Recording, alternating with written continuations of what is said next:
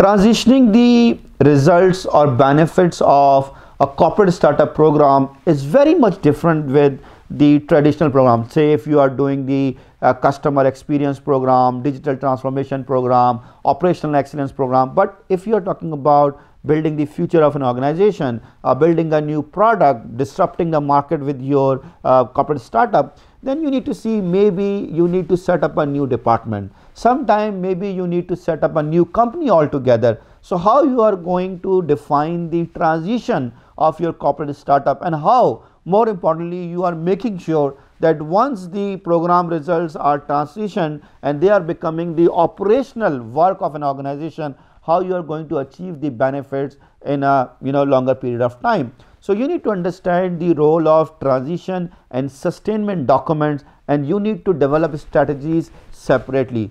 If you want to understand how to separate transition and sustainability, and what are the key strategies for making sure that after the delivery of the program to the operational team or to the new team, how they are going to ensure the sustainability in a longer period of time, then do join my program management with corporate startup workshop.